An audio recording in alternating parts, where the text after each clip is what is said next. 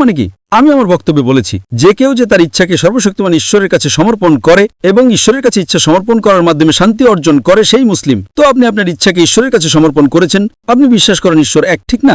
আমি বিশ্বাস করি। এবং আপনি বিশ্বাস করেন নবী মুহাম্মদ একজন বাণীবাহক। হ্যাঁ, আমি বিশ্বাস করি তিনি ছিলেন এবং তিনি, তার মানে আপনি মিনিমাম পর্যায়ের একজন মুসলিম।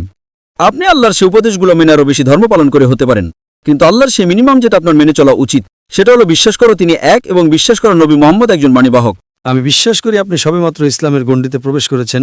আমি আপনাকে প্রশ্ন করছি, আপনি ইংরেজিতে বললেন হ্যাঁ, যে সর্বশক্তিমান আল্লাহ ছাড়া উপাসনার যোগ্য কেউ নেই, এবং আপনি বললেন যে নবী মুহাম্মদ ঈশ্বরের একজন বাণীবাহক। হ্যাঁ। আমি আপনাকে জিজ্ঞাসা করছি, আপনি কি এটা আরবিতে বলতে চান? বলতে আপনি ইংরেজিতে যা বললেন সেটা আরবিতে বলতে চান? আমি আরবি বলতে পারি না। না, আমি আপনাকে সাহায্য করব, কারণ এটি সর্বশেষ এবং চূড়ান্ত ওহীর ভাষা। আমি বলতে চাই। আপনি এটা বলতে চান? আমি এটা বলতে চাই। ঠিক আছে, কেউ কি আপনাকে জোর করছে?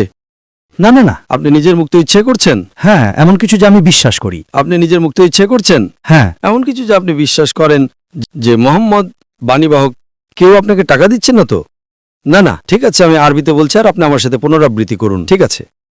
আশহাদু আশহাদু আল্লাহ আল্লাহ ইলাহা ইলাহা ইল্লাল্লাহ ইল্লাল্লাহ ওয়া আশহাদু ওয়া আশহাদু আন্না আন্না মুহাম্মাদান মুহাম্মাদ আবদুহু আবদুহু ওয়া রাসূলুহু। ওয়া রাসূল। আমি সাক্ষ্য দিচ্ছি যে যে উপাসনার যোগ্য